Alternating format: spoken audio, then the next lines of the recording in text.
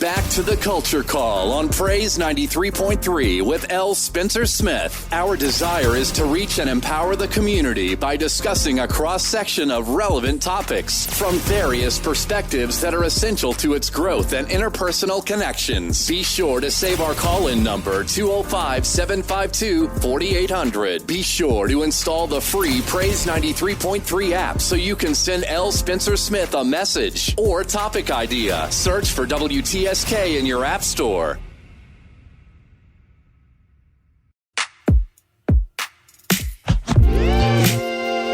This is a world premiere. Great morning, precious people. You know what time it is. That's right. It's time for the Culture Call with yours truly, L. Spencer Smith, right here on Praise 93.3 FM, your inspiration station. Come on, CC family. Let's get ready this morning. Listen, this is the place where Tuscaloosa meets the world. But, of course, for the next 2 hours from 10 a.m.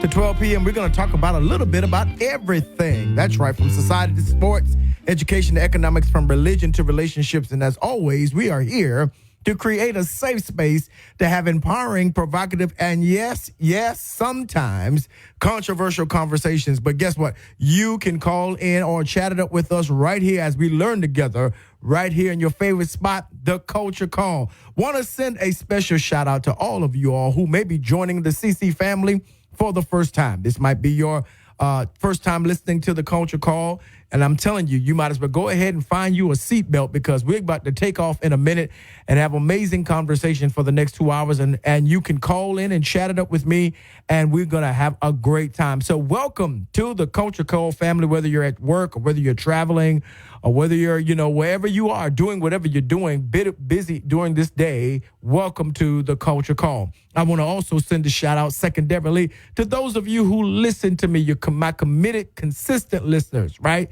You come right on over from Brother Jay and you give me a chance every day to empower your lives, empower our community, and to bring you up on some facts, make you laugh, probably make you mad sometimes. But guess what? I am grateful to have you on. That's right.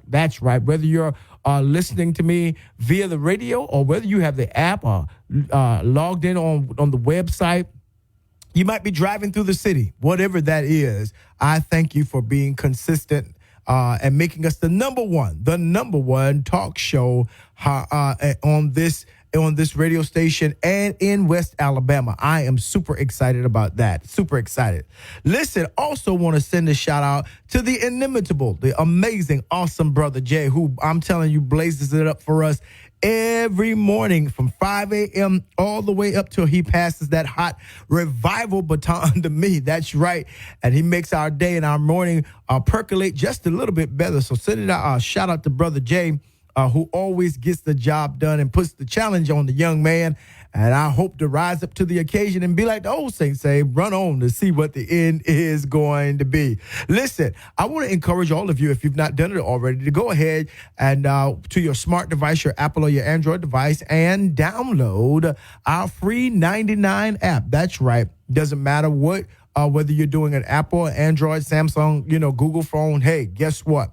Go ahead to that app store, and if you search out Praise 93.3 FM, you're going to find our app. Download it on your phone. That's right.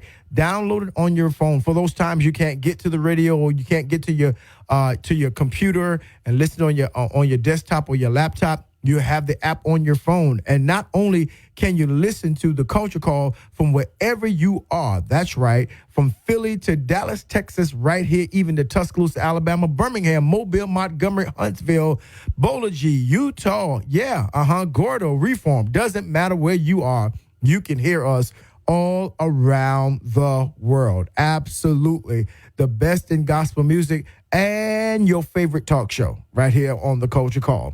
Do me a favor. Go ahead and let me be your PR specialist. That's right. I want to be able to announce your public service announcements and events on my show. That's right. And it doesn't cost you a thing. You just got to send it in. That's right. And here's how you do that.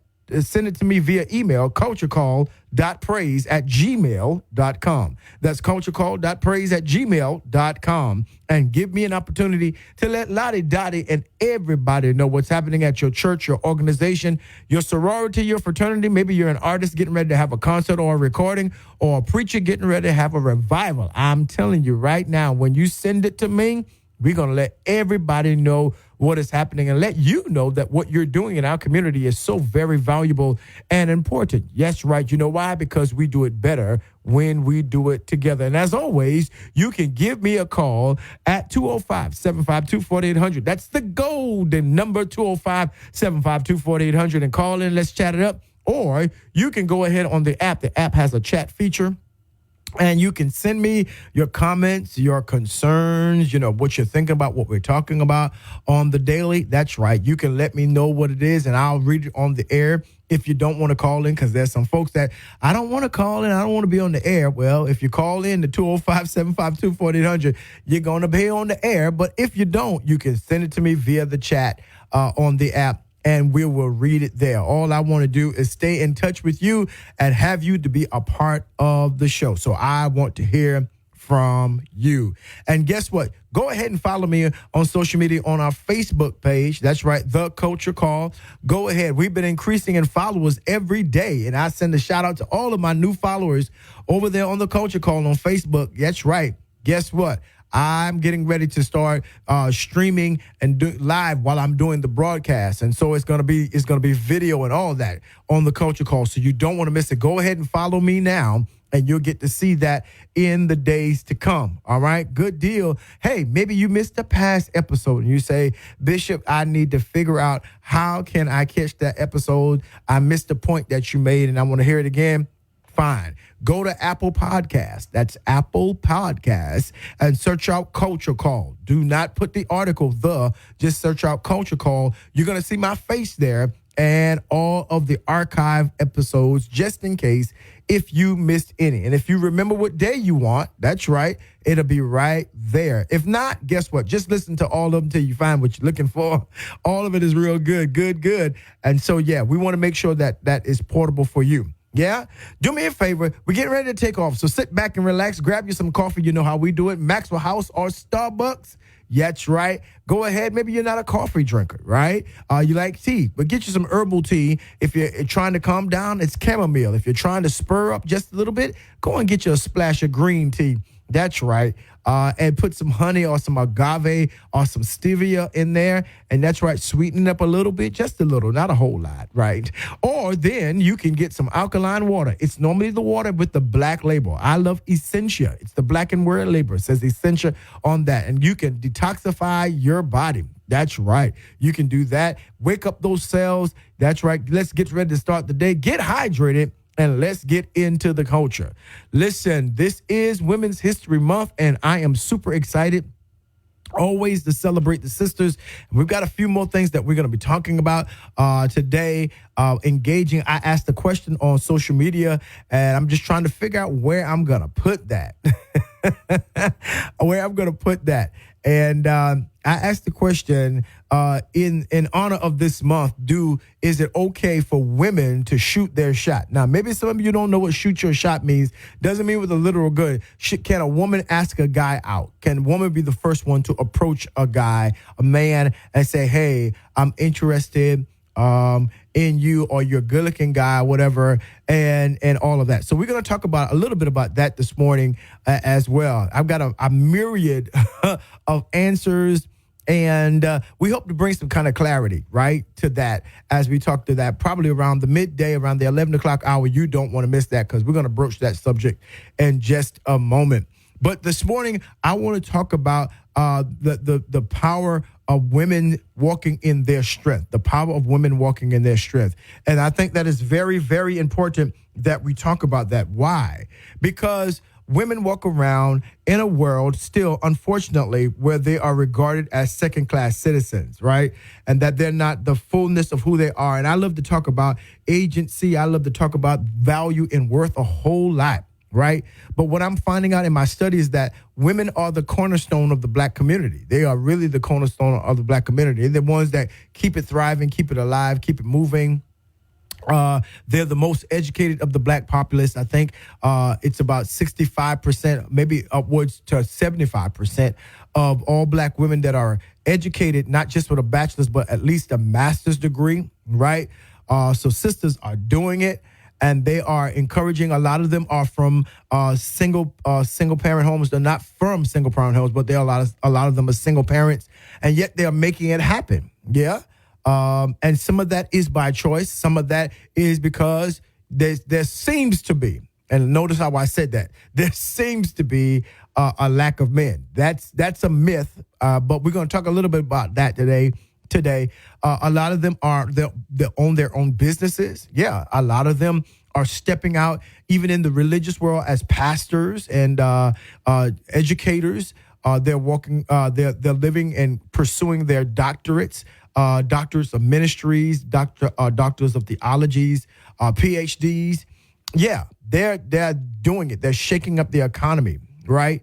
And one of the things I think that is very important as we talk about this conversation is that we center that kind of movement from women, especially black women, is not anti-God, not anti-Christ. It is not. It might be anti-religion or anti-church or anti a male perspective, but it is not something that God frowns on, even if you frown on it, right? That black women in particular have been doing what they needed to do to be able to, number one, survive, number two, to cause others to thrive and survive, and also to pull things and hold things together and advance themselves in spaces and places where they're not always regarded equally, right?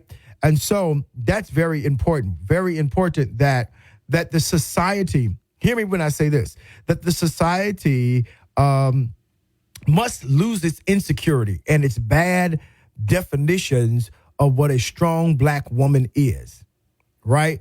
I seriously doubt that they're going to push, they're going to retreat on their forward push toward excellence in every area, right? Their spiritual, psychological, emotional excellence, economic excellence, relational excellence. They're not going to retreat on that, right? That they have come, as Esther did, to the times to the kingdom for such a time as this, right? I think that they're seeing the necessity of their being, of their genius, of their creativity in all spaces.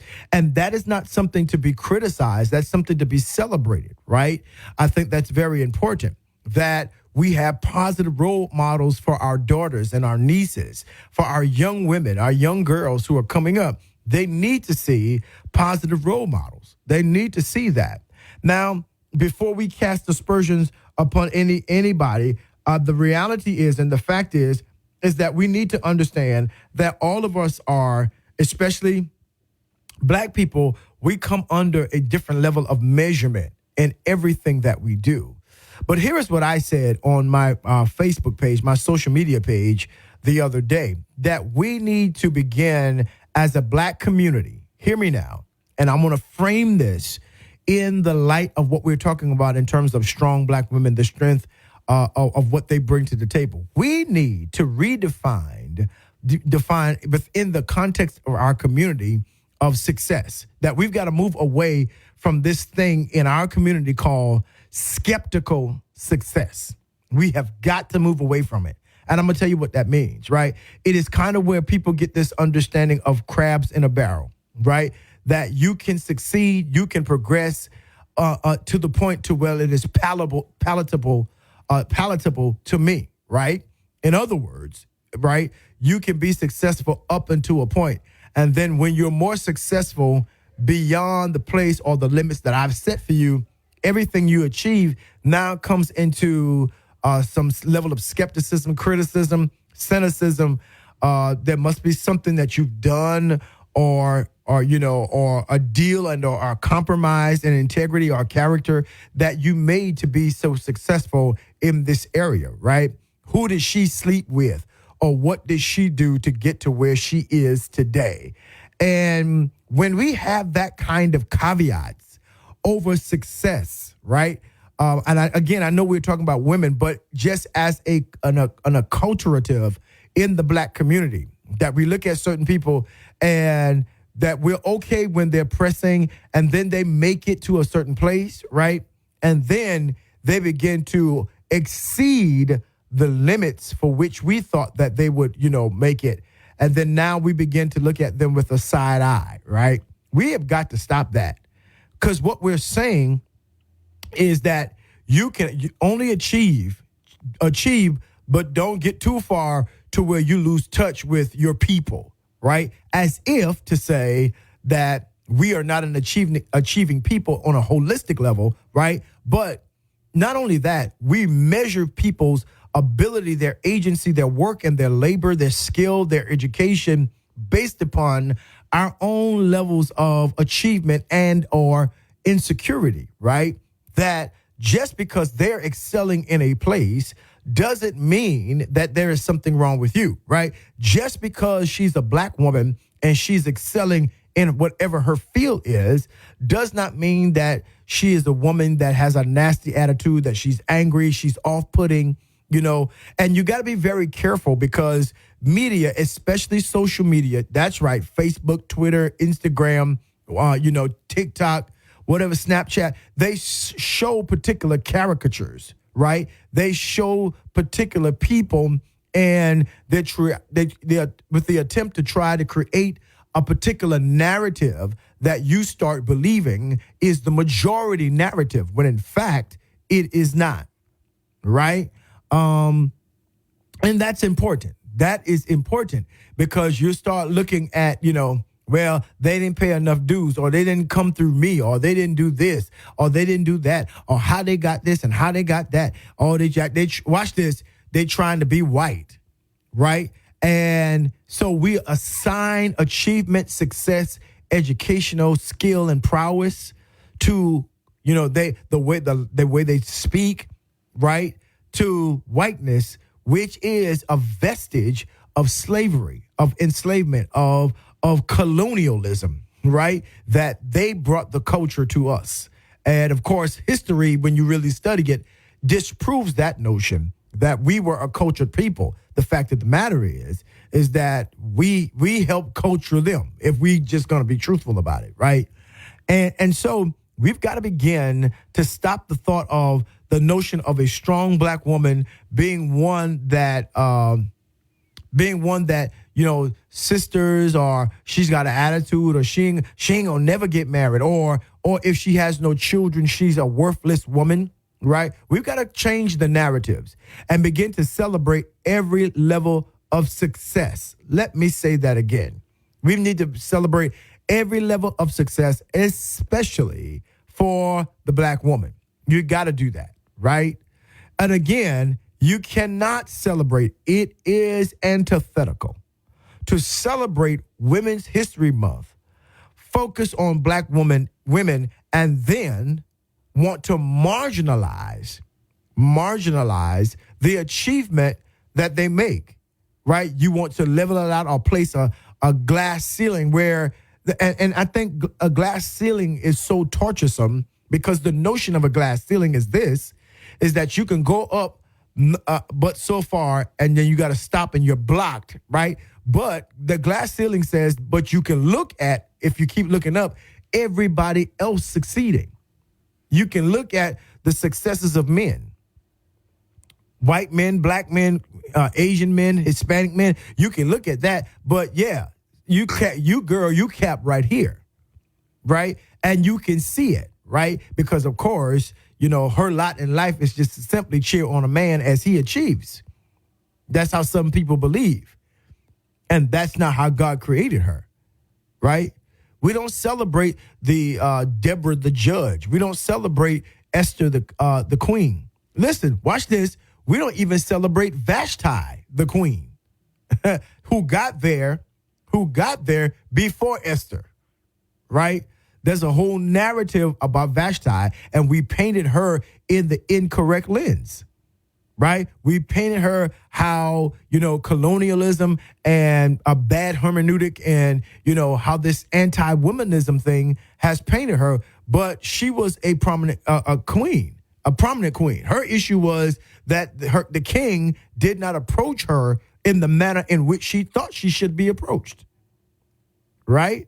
right? And so she stood up for her own worth, her value, her own agency. And because of the order of the day and the law of the day, he was able to dismiss her, which sent him on the course to looking for another woman, by which, Esther was brought into the scene, and she had to be prepared to be the next queen, right? So we give Vashti a very difficult time, but read your Bible again through a different lens, right? What did she do? Man, she disrespected. No, what the question is, her what you consider her disrespect was the response of her husband, quite frankly, disrespecting her as the queen. But see, we believe these tropes, we believe these narratives, right? The other day, you had this woman who's a congressman, a senator from South Carolina, Nancy Mace. She was doing an interview with George Stephanopoulos on an ABC news broadcast.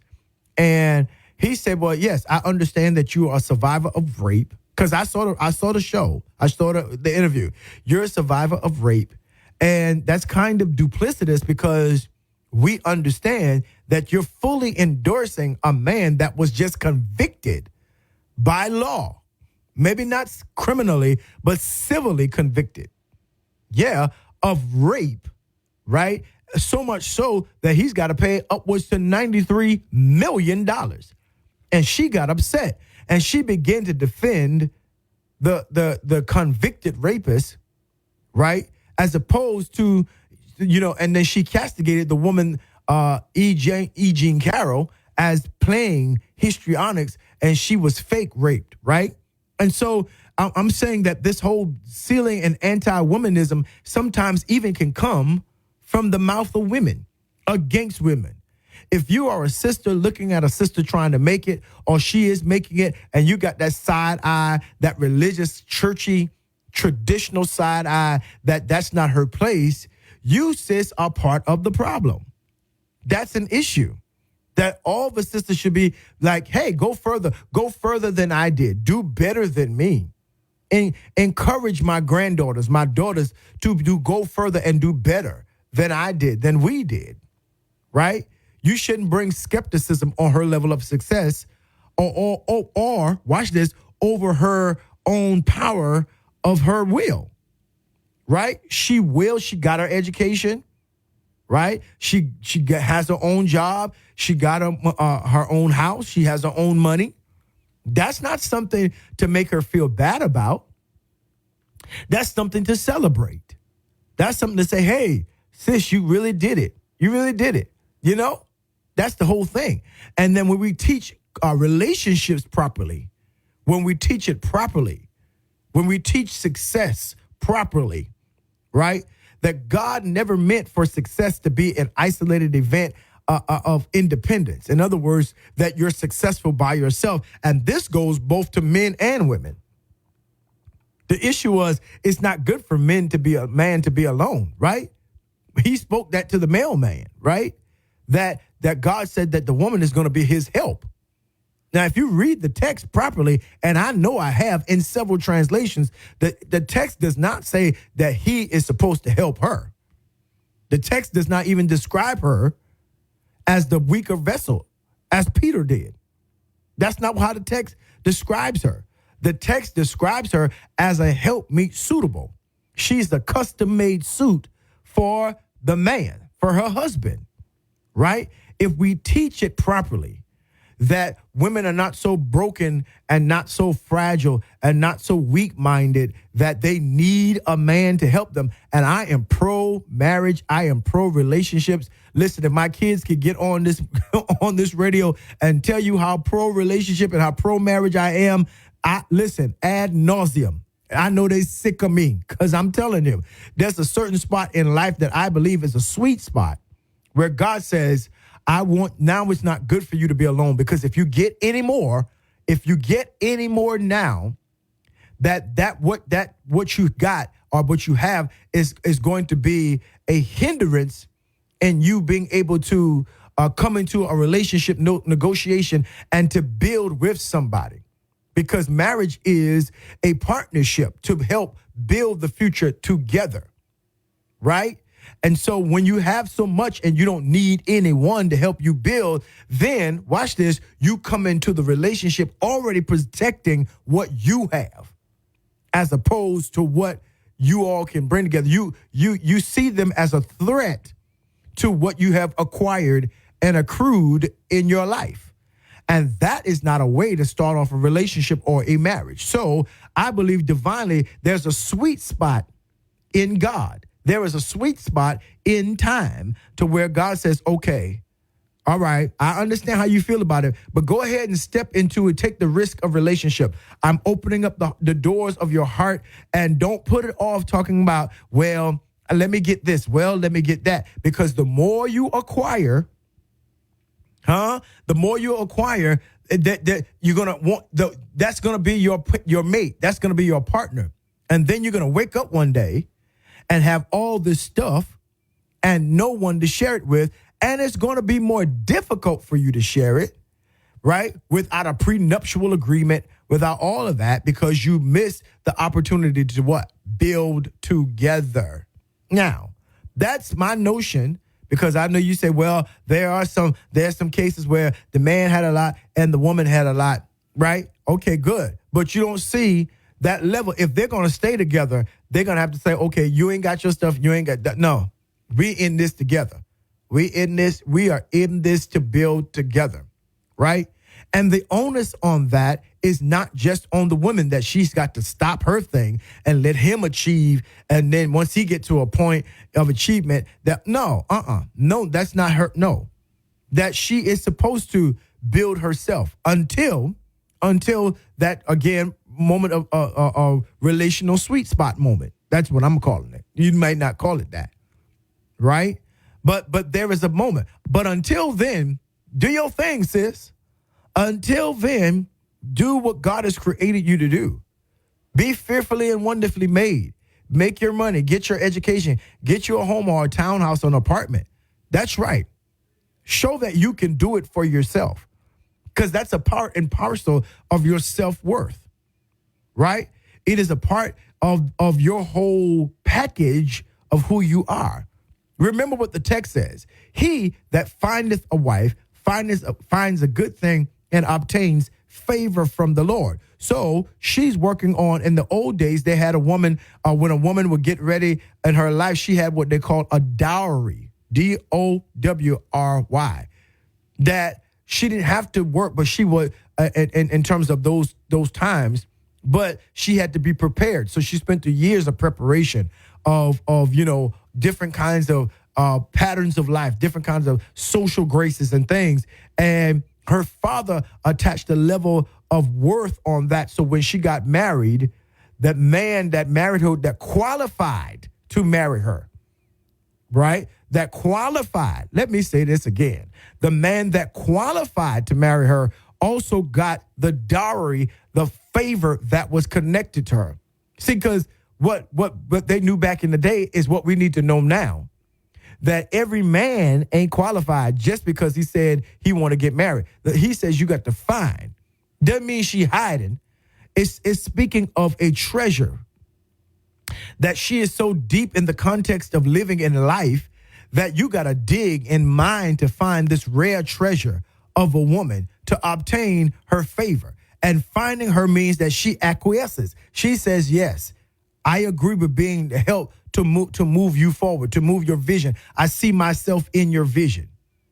And then she brings the favor. I'm here to tell you, because you'll give her a vision and she'll give you manifestation. She'll multiply that vision back into manifestation, period. Right? But you gotta be able to be taught right first. You got to be able to, just because you saw your mama, your grandmama, your great-grandmama do some things and was subservient, does not mean that that is right. They did what they had to do to survive, to keep the family together. It's a different time, a different level of agency. Women are viewed differently now. They're viewed in the light of their full knowledge, not just baby-making machines. And if you don't understand that, you're going to miss the power, the strength, and the beauty of what God is doing in women, especially black women today. So that's what we're going to be talking about today. Ooh, that was a mouthful. I know it. That's right. Keep it right here. This is the Culture Call with yours truly, L. Spencer Smith, right here on your favorite inspiration station, Praise 93.3. We've got more to come. Don't miss it. This is a world premiere. And we are back right here on the Culture Call with yours truly, L. Spencer Smith. That's right, Praise 93.3, your favorite inspiration station. And yes, we are talking about the strength of black women.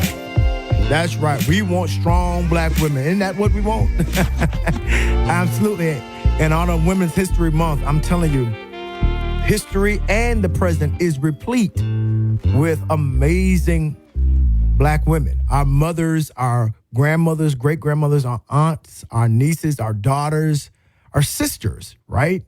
And we're able to celebrate them without feeling intimidated.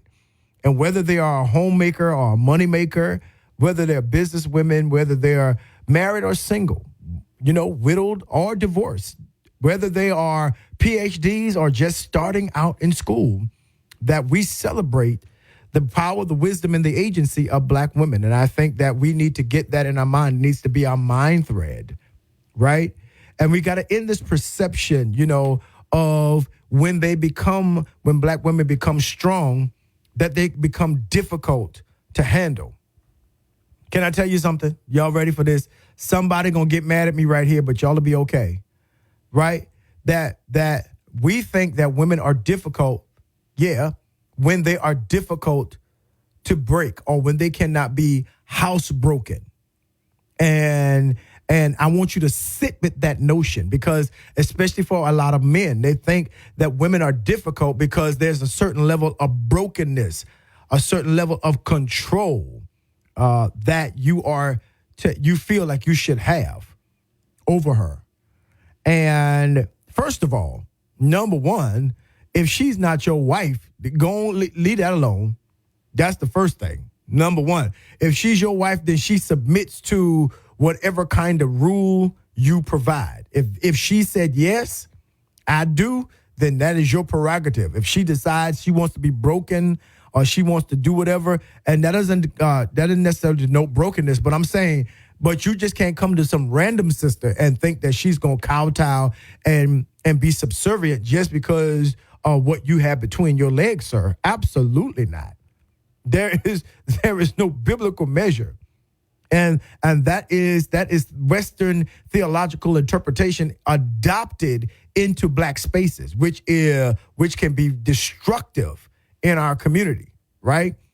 Because that's how they view but ours is the way we view our women are different. Yeah. Big mama and, sisters and mother, they've been that's a different kind of strength, a different kind of power. And a different kind of power to be respected, to be revered, honored, and sometimes feared. Absolutely. And so we have to begin to understand that particular notion, right? That any woman that you can easily control and break is not a woman that will build a future with you. No, absolutely not. What I found out is that when you free the sister up, when you promote her, when you tell her how beautiful she is. I taught the church on last night from Ephesians chapter number 5. I believe we were in chapter number 5. And we talked about, husbands loving your wives as Christ loved the church. And we begin to talk about allegorical and anagogical hermeneutics and how to interpret the text. It's both allegorical, it's symbols, it's, that Paul begins to use metaphors and similes, right? He begins to use a like-as principle, right? Husbands, love your wives as Christ loved the church and gave himself for it, right? Allegorical. And then anagogical, from when he says, but this is a mystery. Anagogical meaning that it's a mystery to be revealed, right? A secret to be revealed. In the Bible, when you see the word mystery, it is not a secret to be hidden. It is a secret to be revealed. In other words, it is something that is invisible that we are to be made visible. So we begin to talk about that on last night with regards to just talking about the church.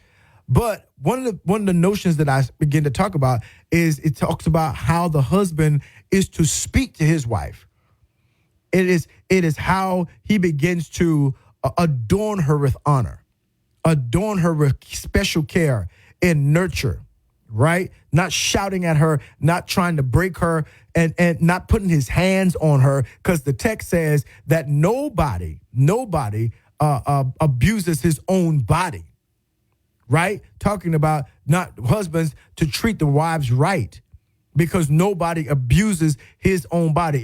If you're hitting her, if you verbally abusing her, if you're psychologically and emotionally abusing her, you don't love yourself, right? You don't love yourself, because ultimately the two become one. She is your nakedness, right? That woman is who you are in another phase, in another form, and she helps you bring your future to pass. There is no seed, no heritage for you if there is not a woman involved. This is why a lot of times I don't even get into these sexual conversations and gender conversations, because at the end of the day, biology says reproduction happens when a sperm meets an egg. And however you view that coming to pass, male and female, and I'm not talking about that today, but what I'm saying, the issue is God has a special design, right? That the woman is able to multiply. She is a multiplier. Whatever you give her, she is going to multiply it, and prayerfully with skill, make it better, make it more than what it was before she was given it. And so there's a particular way that we speak to her. And the text says that just as Christ speaks to the church as his bride, and he begins to, with his words, wash her and clean her, that she can be presentable when she's out before people. So in other words, Christ speaks to the church, right?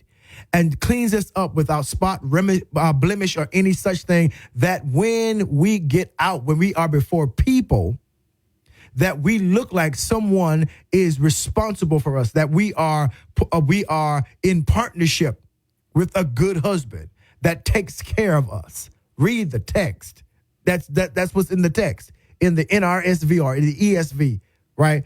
King James is beautiful for language, beautiful in terms of poetry and symmetry of language. But when we talk about interpretation, NRSV and the ESV and even sometimes the NIV are great translations for accurate biblical interpretation.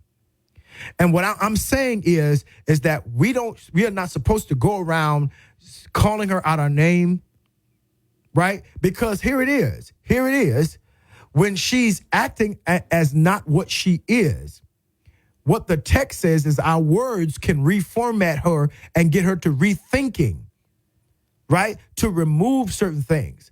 So instead of me calling her, all these different kinds of outlandish words, B's and H's and angry woman, instead of me fueling that on her and aligning myself behind people who have unhealed issues and they're just releasing words, my job as a man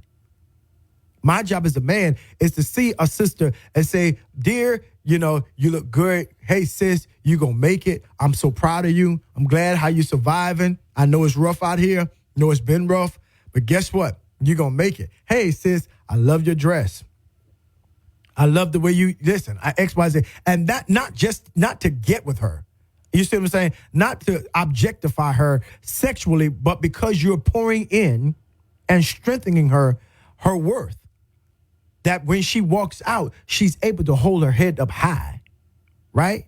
And so if you're in relationship with a woman, your job is not to find the ways to make her subservient to you, right?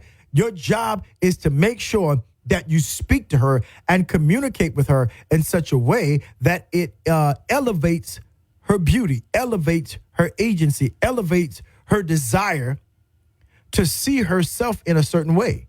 And I'm telling you right now that when she feels that way, and those words of empowerment have come from your mouth, sir, right? She will be able to help. She will be willing, not just able, but willing to help you do whatever you need to do, because that's how God has wired this thing. But we've been taught so bad Our job is not to make her feel less than man, right? Our job is not to make her feel less than a child, less than an ox, less than a donkey. That's not our job. Our job is to esteem her and to celebrate her, right? That celebration goes both ways, by the way. It's just not you heaping it on her and then she's talking down to you. No, sir. No. Because, watch this, when you read the text, as Christ speaks to the church, it gives us words to the church, and the church gets better, it becomes, watch this, an obligation, responsibility, and an honor to praise him, an honor to partner with him as a co-laborer, an honor, an honor to call him Lord, an honor to push him up, an honor to magnify him. Huh? Not because he threatened, not because he abused, but because he saw me when I wasn't, when I wasn't what I needed to be, and he spoke to me. He spoke kind words to me. He covered me. Absolutely. And so this, as we celebrate the strength of black women, understand that the strength there is a community effort. It's a community effort. It is something that, yes, begins in the home. That the first time that our daughters hear that they are beautiful and that they are strong and that they can do anything in the world that they want to do should not be from Joe Blow Turkey who's trying to get in her pants. Her beauty should not just first be heard by a boy, a knucklehead, who's trying to take advantage of her. No, it should come from within her house, beginning with her father. Beginning with her father, telling her, making her feel protected and telling her, yes, you can be whatever you want, babe. You are beautiful. Absolutely. She should hear those words of affirmation and validation so that, watch this, like the text, so that when she gets out of your house, when she goes to the mall, when she goes to school, when she goes off to college, she's not overwhelmed by folks that are coming up with crafty raps and being subtle like serpents in trees. No, she's not overwhelmed by that. Why? Because she's already heard the words of her fathers and of her brothers. She's heard the words of her home affirm and validate her beauty, her strength, her intellect, right? Her gifts, her talents, her calling. She's heard that already. And so, she walks with a certain level of dignity. She walks with a certain level of mentality, a certain mindset. Absolutely. That she just can't be swayed by any, hey, mama, how you doing? No, this ain't that kind of party. No, sir. No, ma'am. That the first words of validation for our daughters need to be from within the house, right? And then if she has brothers, that those same words and protection.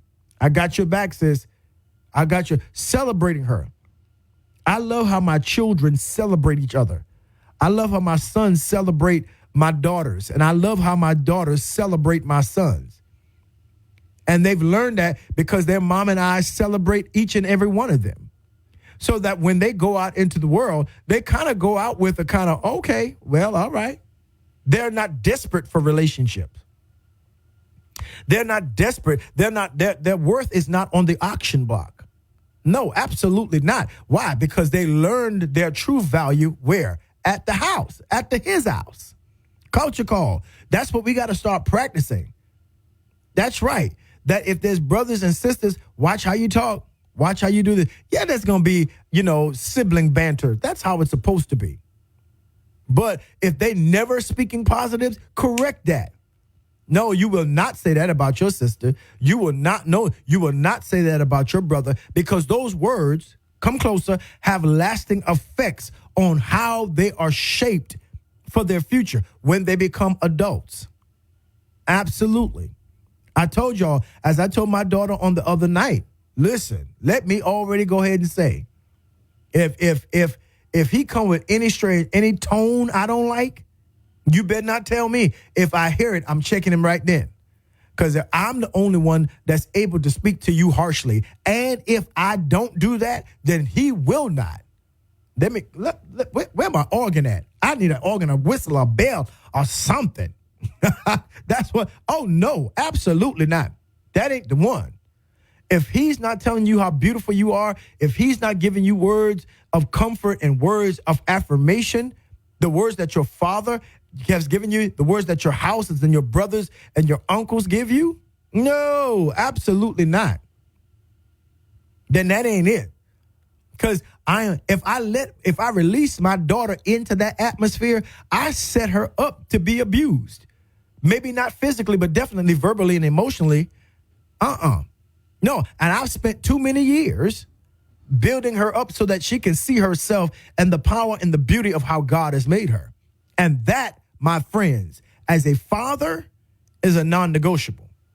When my sister was alive, you better not, because, hey, I will forget all of that, and I'm a pray for you and lay hands on you after I put these hands on you in another kind of way. No, because that's the agency that we build. I told you that a woman's strength is a community effort, because we're always celebrating our boys. And we could do a better job in that. We could do a much better job in that. I was in the store and I heard this parent, chocolate parent, berating their little child. I was like, wait a minute, is this a club? Is this a saloon, a juke joint? The way she was talking to him? I was like, oh no. Oh no, oh no, oh no. And I ain't say nothing. I was hot fire mad. I wanted to say something. But I was like, in this generation, these little unstable people, they've been pulled out some heat on you and shooting. And I'm not trying to get shot because you misdisciplining your child. What I am saying here is that we got to do a better job of affirming our children, affirming each other, number one, right? We got to do a better job, especially for our daughters that don't usually get that in church. Even in church, right? They don't know that a lot of times we preach the objectification of women. Watch out for that kind of girl, as if every woman is a whore or a loose woman, right? We get that and we bring that and we culturize it in the church. And you got sisters waving fans and handkerchiefs talking, that's right, Reb. Come on, sis. He talking about one of you. No, there's got to be an empowering language that comes even across the pulpit from the text. An empowering language, right? Absolutely. And that might shake your masculine insecurity, in terms of positioning and power. But I got to do it and let the word deal with me. Let God deal with the insecurity of my own heart. But I should not limit her because the him in me doesn't know who he is. Period. Absolutely. And we got to do a better job at affirming each other, validating each other, especially our black women. Sis, you doing all right. Listen, this is the Culture Call with your boy, L. Spencer Smith, right here on Praise 93.3. I'm telling you, keep it right here. We're almost at the midday. Listen, we got more folks coming on. I need you to keep it locked and don't miss it. This is a world premiere. And we are back. It's the top of the hour, 11 a.m. and some change, right here on the Culture Call with yours truly, L. Spencer Smith, Praise 93.3, your inspiration station. Want to welcome all of you who are just joining us on our second hour. Yeah, 11 a.m. Welcome aboard. The CC plane has been moving, the Culture Call plane. We've been moving at jet speed this morning. It has been a smooth ride, right? I'm telling you, it has been awesome this morning as we've been talking about the strength of black women. What does that look like for our community? What does that look like for our relationships, And I think it is very important as we begin to listen and study and begin to, understand what our roles are in community, that we take a different view, a different light, that we move beyond, the subjugated knowledge of the majority culture and think that when we adopt those things, it's always been a mystery to me. It's always been a mystery to me how someone or people that have been oppressed can somehow come back and then oppress others, how people have been suppressed and disregarded with regards to liberty and freedom, but then in their own acculturation, in their own space and community, in their own homes, subjugate folks to the same thing, subjugate people to the same levels of oppression and lack of liberation in their own circles, right? It's just amazing to me how, and we do it in the name of God. And we do that in the name of God. And do you understand that slavery was not only legal, but it was theologically supported, but it was wrong. Chattel slavery, and they said, well, all countries used to slave. Slave predates America. No, if you read history, chattel slavery was a uniquely American phenomenon. It was not like black people in this country were unique in that they weren't indentured, right? All around the world, there was always slavery, some kind of indentureship with regards to you lost the war, right? Or you owed a debt. Now, that's in the Bible.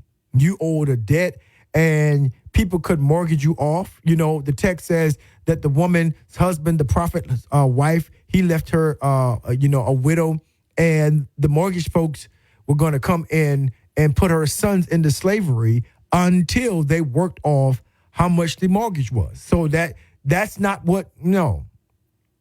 They were not belittled. They were not demeaned. They were not castigated and stripped from all of their worth and value. As a matter of fact, they understood their worth and value because if they mistreated those boys, they couldn't work to get their money because what they wanted ultimately at the end of the day was their money. If you understand the obfuscation and the lying that they did on the Bible in order to do this unique venture called American chattel slavery, if you only understood that, the level of Bible and scripture that was utilized to oppress, right? Oppress, that today there are many black people, many black theologians don't even like Paul because Paul begins to address how servants and or slaves should treat their masters, right? Without even understanding the context. And the only reason why they're mad at Paul is not what Paul was saying. It was how Paul's words were enacted to inflict the kind of brutality and suppression that was done to the African people, beginning in Portugal, but going into other places, right? It began, this kind of unique level of slavery began, that kind of theological and scriptural design was started in Portugal, but it spread it, right? And then they got to what they call this country, the New World, and they took it to an entirely different level. Starting in Jamestown, West Virginia, Charleston, South Carolina, in the Low Country, in Georgia, even up north, yeah. And then up north, abolished slavery, and then, this kind of slavery began to be the cash cow, the financial engine of the South, which is why they had and still have an issue with black and brown people because you took our slaves away and you took our economic engine away. That's what it was. You took our financial engine away. You took away our animals. And so when they freed the slaves, they were supposed to give the slaves 30 acres and a mule. They didn't do that. They gave it to the slave owner, right? When you understand all of that history and the brutality and the violence and the viciousness of that, and then you come into your own community, and as black men, we subjugate women to that same kind of suppression, that same kind of disenfranchisement, that same kind of suppression, then we got to begin to look at ourselves and say, what is wrong with us? What is wrong with us? when we say that there are some things she can't do and what her place is and all of these different kinds of things. This is why Alice Walker, who's the author of The Color Purple, made a differentiation between womanism and feminism, because in white circles, feminism was only more of a societal and or a political venture and understanding. They wanted positions of leadership and things of that nature. White women did.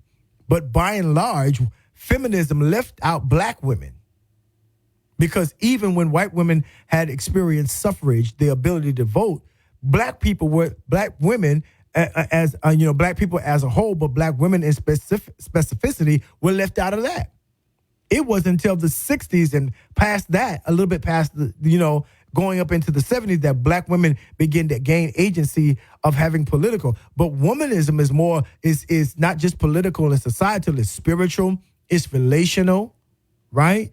It's biblical, it's in all sectors of life, understanding her value and her power being the central force of who she is as a person. You feel what I'm saying? And so, Culture Call, that for us to continue to reproduce that in our homes and in our churches, etc. And again, what I'm talking about right now is not going to get me any preaching engagements. I promise you, it's not. It's not. Even though I have the knowledge, what I'm talking about right now disrupts too many systems. It disrupts too many agencies, not just from men, but from women too. They don't want to hear what I'm talking about right now, because it goes against the grain of what they were taught. But guess what? You could have been taught wrong. As a matter of fact, if you believe in that, you were taught wrong. You were taught incorrectly, right? And I don't say that to your shame. I say that to your enlightenment, that there is a way that you can learn and understand where it all stems from, that those things were taught to us as a vestige of slavery, and we brought it in our homes and our communities, and it filled our churches, because the whole idea is give black men agency, give black men leadership, because that was what they so desperately were stripped and robbed of in enslavement. But what they did is, in order to do that, they said, well, we got to have somebody to enslave. We've got to have somebody who's in captivity, and they made women and children that way. And not only just women and children, and then there was a place and time when you rose up to be a young man, then the honor of that same that subjugation. Now he could grow up and subjugate somebody, but the history is filled with black women who said, "Oh, absolutely not. You mean to tell me we kept this family together and we gave our bodies and our minds and we took care of their children to keep you alive, and then we're going to come back over here, get freed, and then I'm going to be back under your hand of slavery under a black man that I gave my life for?" The sisters was like, absolutely not. No. You see, and again, it's the twisted text. It's the twisted text. And so we need to begin to rethink. And I am saying this right, still in 2024. We need to rethink. We need to begin to rethink of what does full agency, if we just gave everybody the opportunity to be who God had called them to be, and not what religion and our dogma, not doctrine, our dogma says they can and cannot do. Who are we to limit that? Who are we to limit that? You do understand that, God did not use a man to produce Jesus. You do understand that, right? I mean, that part, right?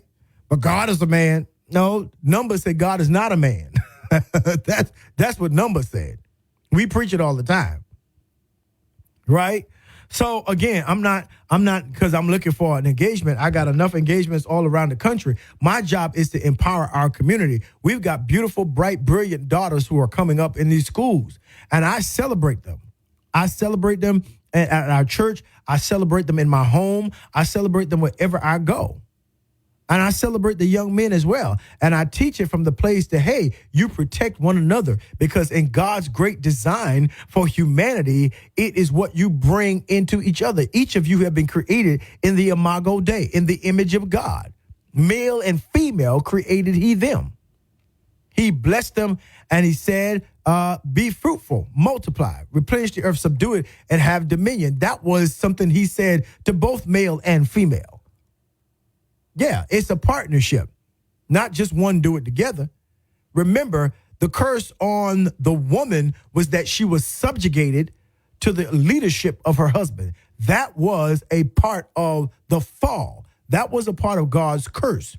Pain and labor and subjugation to her husband, or submission or subjecting to her husband. Read the text. It's right there. But it did not existed before they lost the image of who they were in God. So the way that you restore that divine image in the earth is not to perpetuate the cycle of the serpent, not to perpetuate the curse of Eve. That's not how you resolve that. It is restore back to the order of God, where both had agency, both had worth, both had value. Absolutely.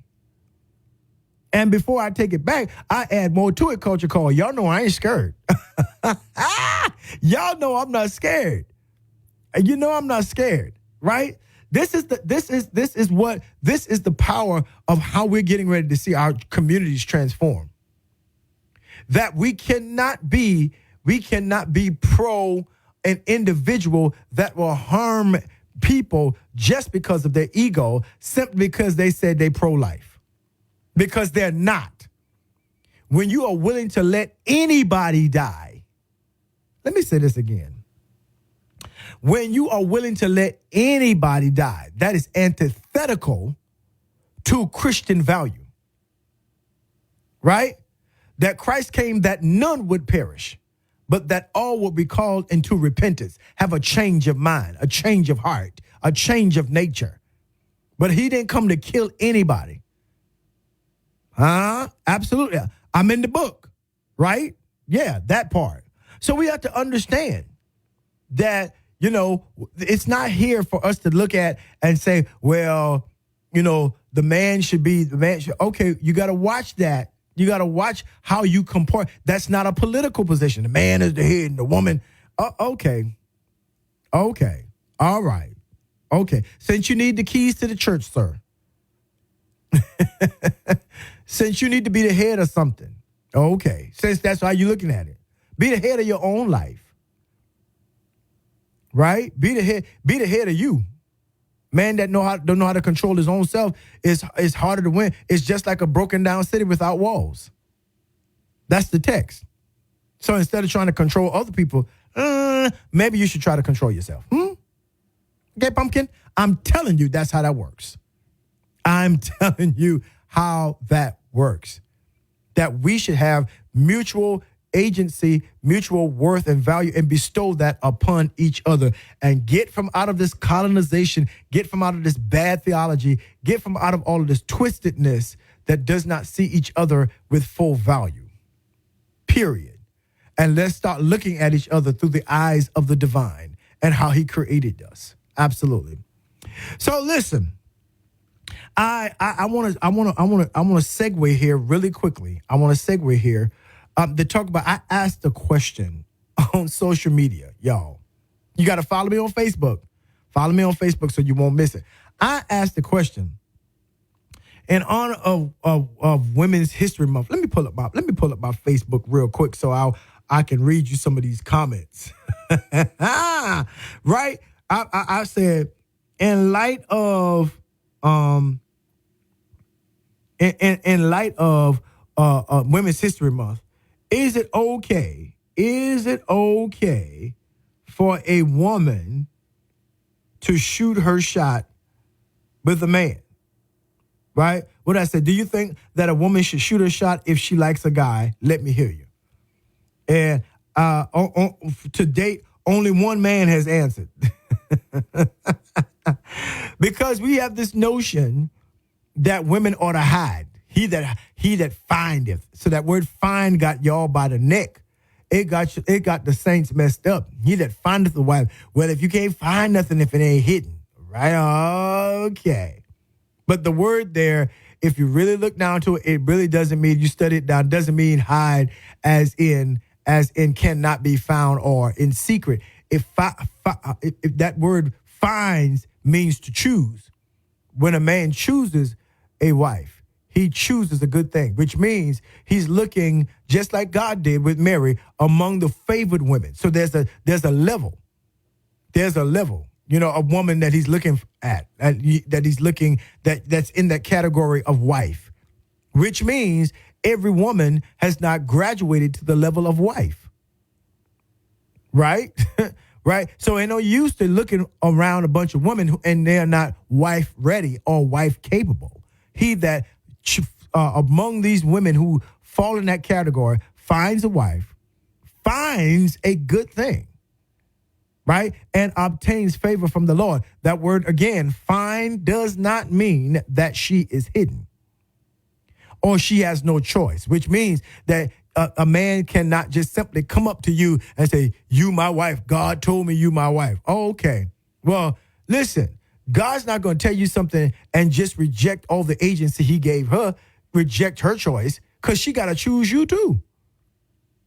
Yeah. She got to, just because you say, God told me you my wife, or I want you to be my wife, she could say, absolutely not. You are not where I want to go. I don't even see myself helping you. I'm not seeing myself being your help me suitable. We don't believe the same things. We don't like the same things. Opposite attract. No.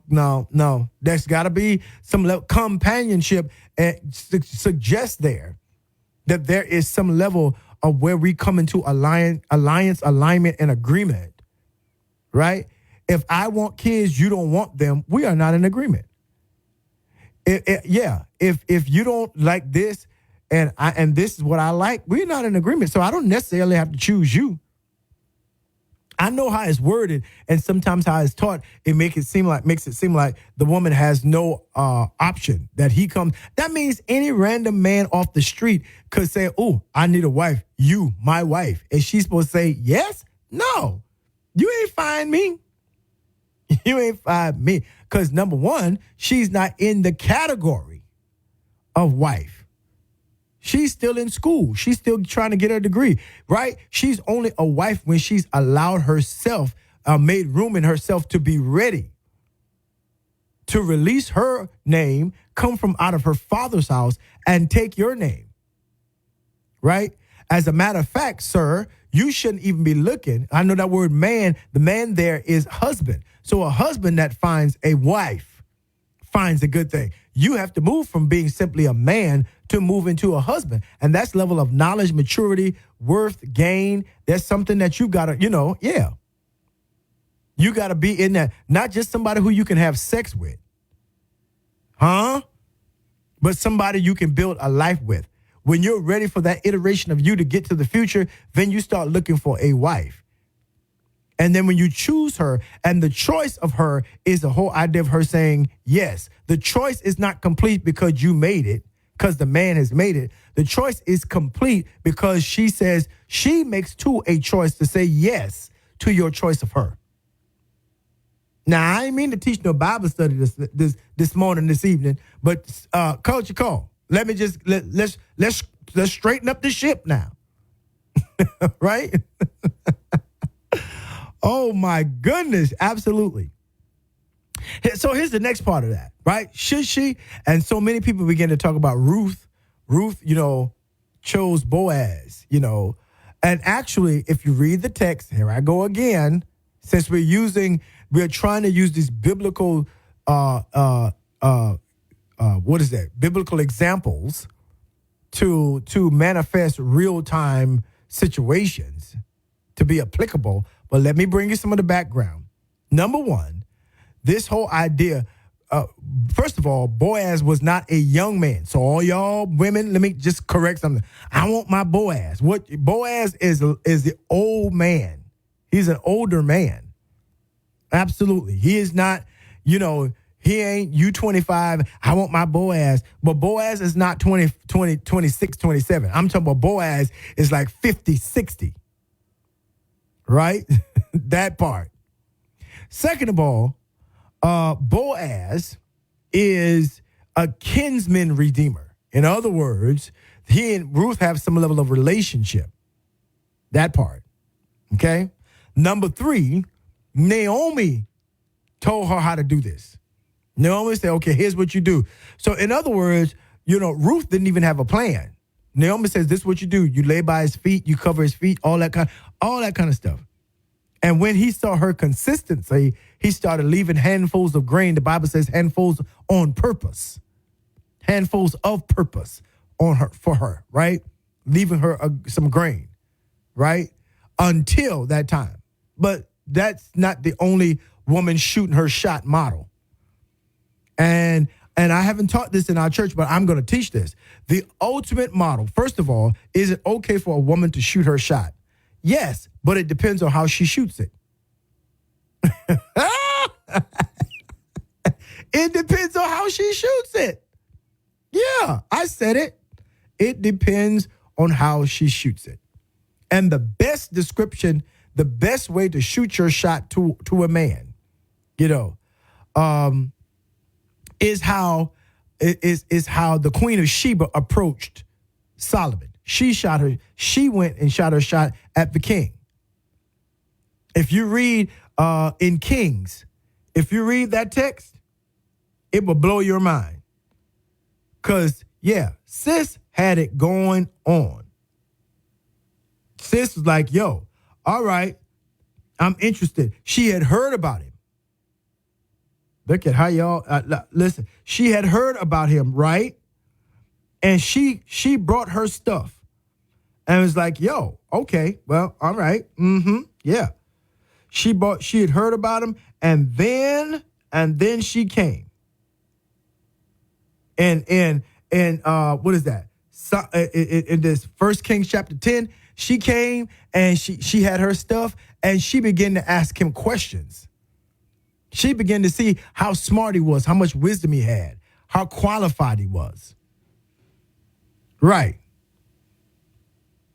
She began to ask him all that. See, that's how she shot her shot. She want to know, okay, what kind of dude are you? What kind of man is this? I've heard about you, but let me see for myself. And the text says she asked him hard questions.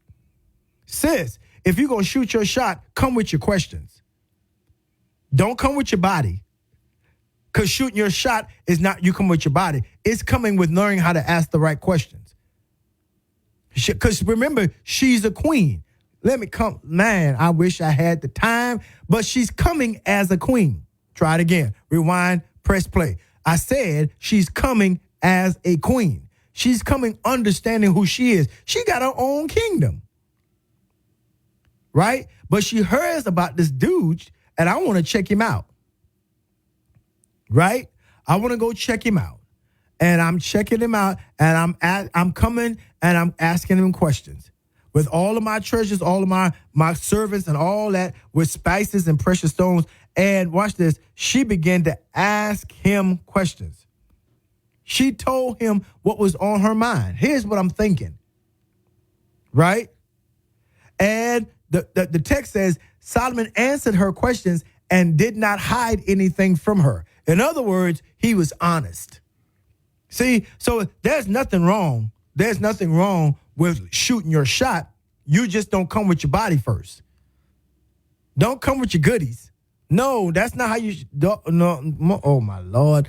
That's culture call. That's not how a woman shoots her shot. It ain't you just winking at him and can I buy you a drink or can we go out to Popeyes or, well, Fleming's or, it's not that. No, it is, hey, I like you, blah, blah, blah, blah, blah, blah. And then you begin to have a conversation. Find out where you fit. Find out if what you're hearing or what find out if what you're seeing is actually true. Is there anything to him? Right? You start off with words. You start off with conversation. You don't start off with intimacy because the greatest level of intimacy is in your words, if you really understand that. It's not in the bedroom. It's in conversation rooms. And if he can't talk, if he ain't got, he can't answer questions, what he wants about his future, where you're headed, all this kind of stuff. Because guess what? Potentially, you'll be a part of his life, which means you need to find out as much information as you can. Oh, this thing is done so out of order, and women get jacked because you trying to shoot your shot, right? But you're doing it from a level of arrogance instead of a level of intelligent agency. You're doing it, well, no, that's not even how you approach it.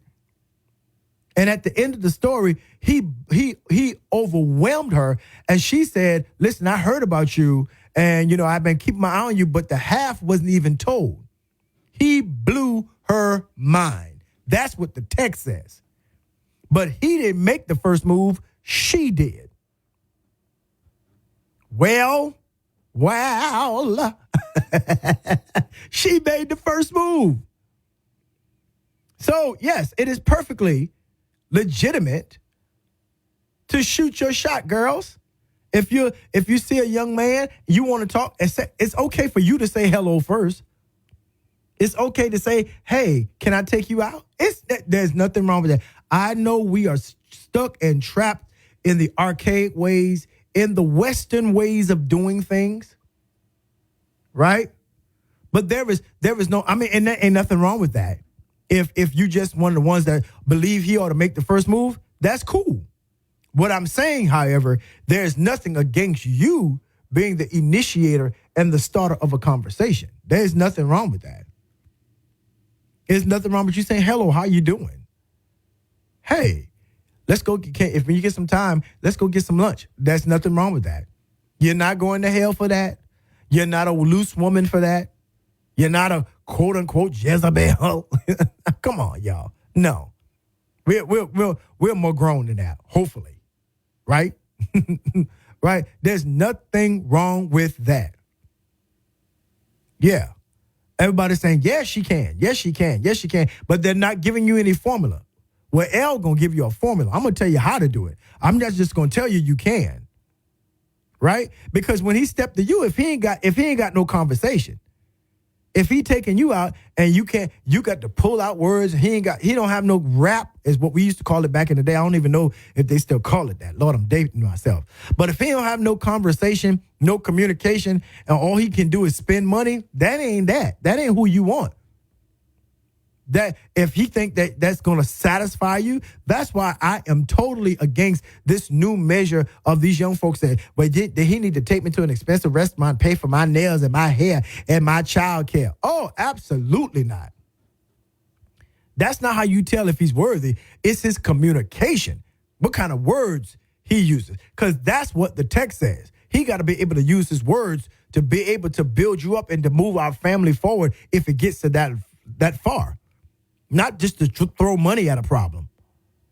Because with money, he's saying, I'm objectifying you. No, take me to the drive-thru at Sonic's and let's sit there and order a single or a double or whatever they got at Sonic's and let's eat some fries or a corn dog or a hot dog and let's get to know each other. I want to hear you talk. I want to hear you communicate.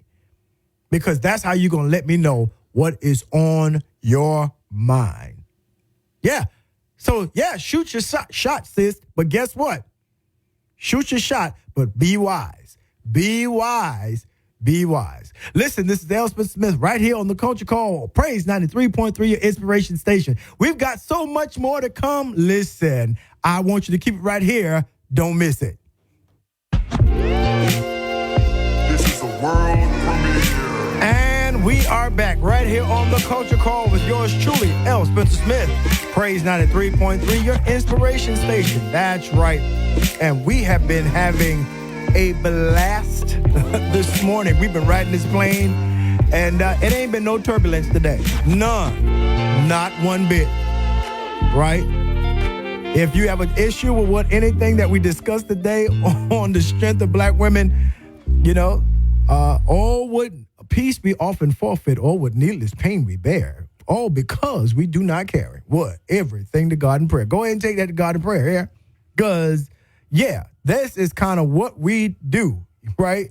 We aggravate you a little bit. And I just wanted to bring that up to pass so that you can understand exactly what it means for you to be a woman of full agency in a community. Because I believe that as we empower women, we empower the entire community, entire community. Empowering women does not mean disempowering men.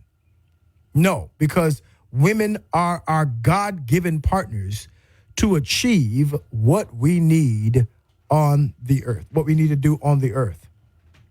And so I need us to understand that.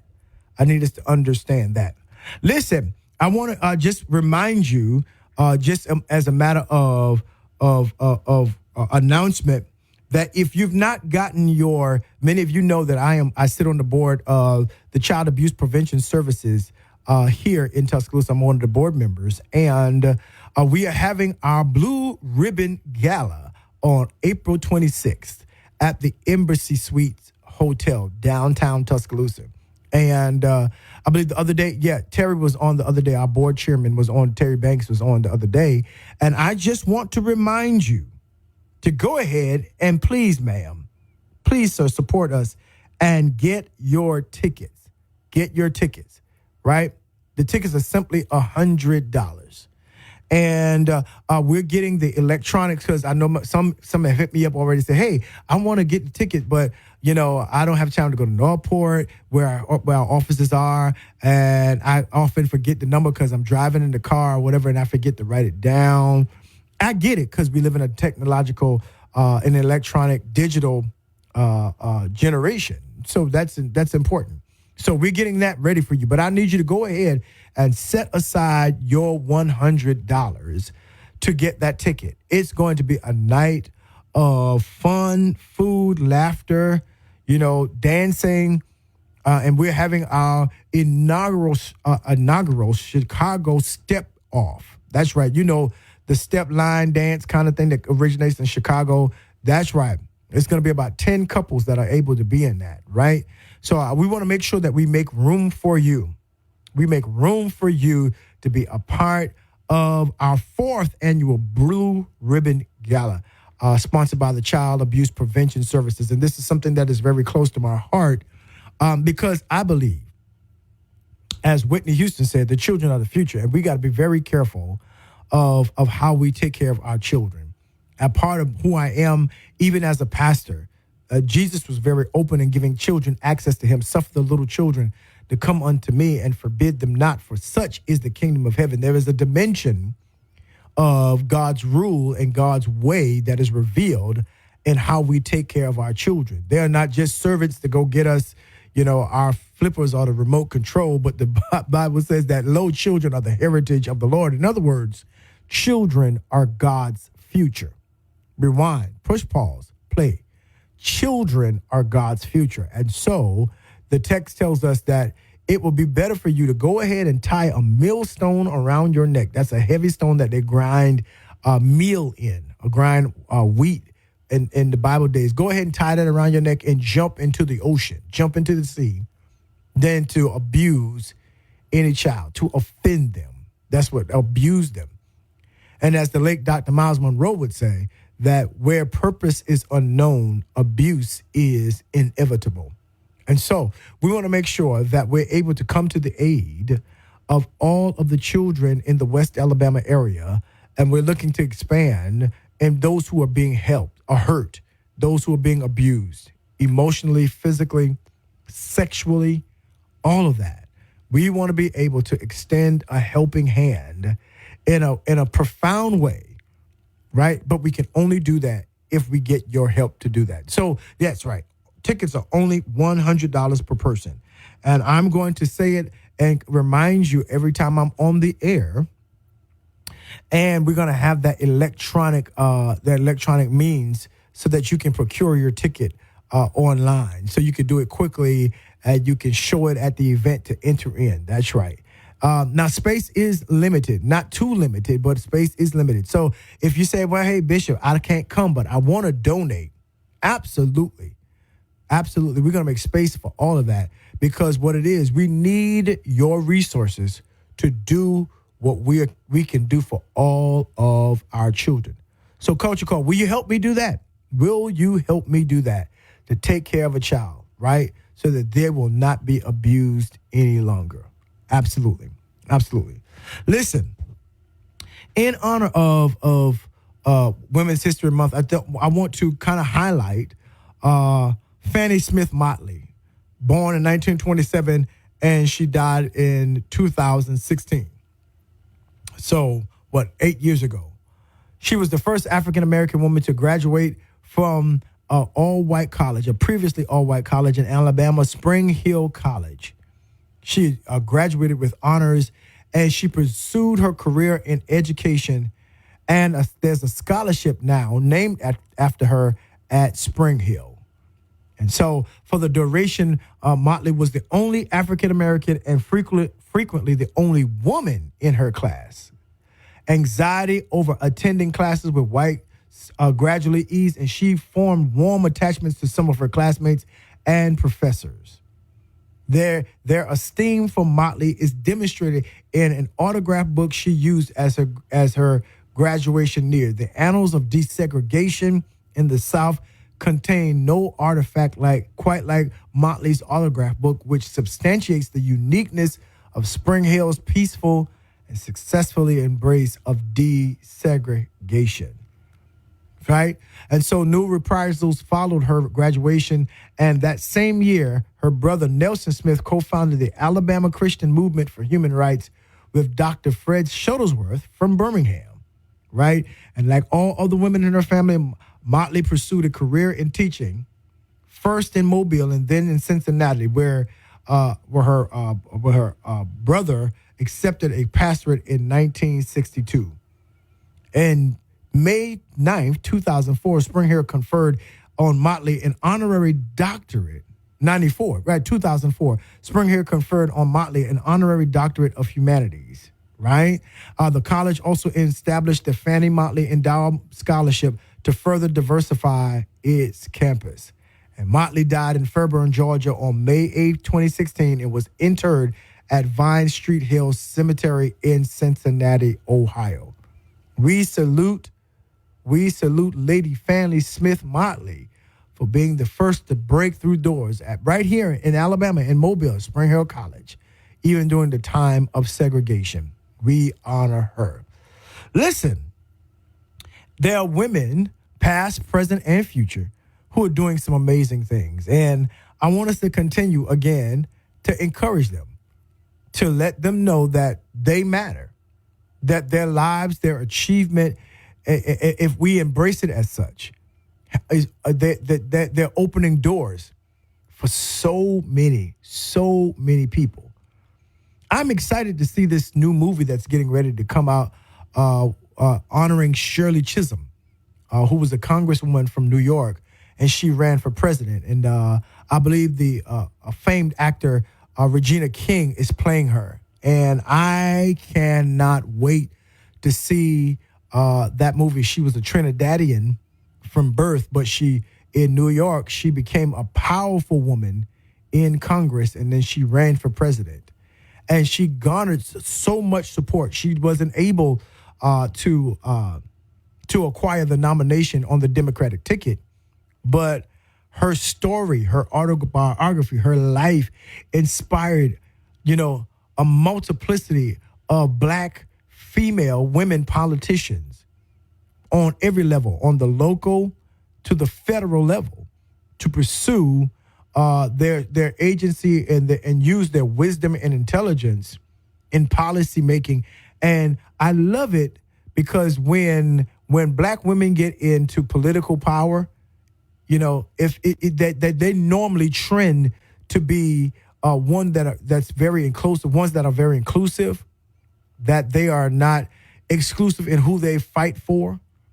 And it doesn't matter what their race, religion, creed is, color, ethnicity, doesn't matter, that they fight for the full liberation of people. And so I cannot wait to see that movie. And I'm hoping that it will inspire another generation of women leaders, I am definitely a man and who is not intimidated by women in leadership. I'm not. You can't say, I'm intimidated, I don't like women in leadership, and you got a mama that you go by, see every day, and eat mama's cooking and call mama when something go wrong. You can't be intimidated with women in leadership when you go to grandma, and big mama house, and big mama she claps her hands, and everybody in the room straightens up, right? So that means that intimidation is something, is really a smokescreen for perhaps a deeper issue. But I'm telling you, my grandmother, Ruth Queen Esther Townsend, Anderson Townsend, was something else, right? That we revered her. We loved Granddaddy, Bishop Curtis Preston Townsend. We loved him immensely. But listen, everybody was Grandma Ruth, Aunt Ruth. All of them paid attention to what she said, right? My mother was a strong leader, right? My grandmother on my father's side, Myrtle Dewberry, Evans Dewberry, is a strong woman leader. And they loved their husband. They supported them, helped them build, took care of families, but they had careers. They were leaders in their own right, and all of that. The whole thing trends itself to inspiring the next generation. So, sis, I know you may think in a culture that does not always appreciate the brilliance and the agency of women, Black women in particular. I want you to understand from the culture call, from yours truly, right on, Soul Mama. Go ahead and do what you got to do, sis. I'm telling you, some little girl right now, and some little boy is being inspired by the way you have taken charge and lived your life. They're seeing a balance that's not always promoted in this generation. And you may think that nobody is paying attention. Oh, sis, you are so wrong. That there's somebody that's paying attention to how you are getting it done. Because guess what? You are indeed getting it done. And in grand fashion. And you're not disrespectful. And you're not overwhelming. Yeah, right. And you're not stepping on anybody to get, to do what you got to do. You're empowering wherever you go. And you're inspiring. How much of a breath of fresh air you are to see you leading and be strong like you are in every sector of human life. I salute you. Listen, we're almost getting ready to land this plane. I'm telling you, where has the time gone, right? But this is your boy, L. Spencer Smith, right here on the Culture Call. Praise 93.3, your inspiration station. Keep it right here. And we've got some closing comments. We'll be right back after this. Don't miss it. This is a world premiere. Well, it's been a wonderful show.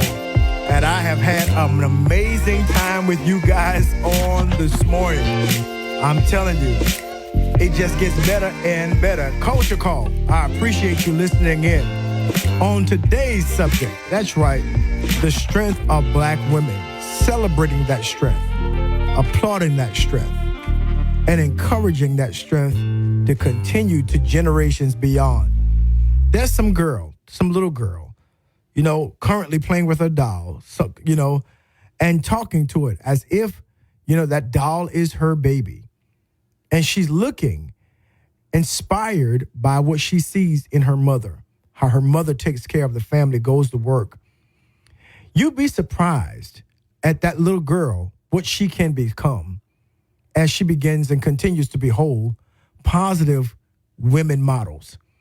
You will be surprised at how her mind is shaped in the possibility of what she sees that she can do and what she can become.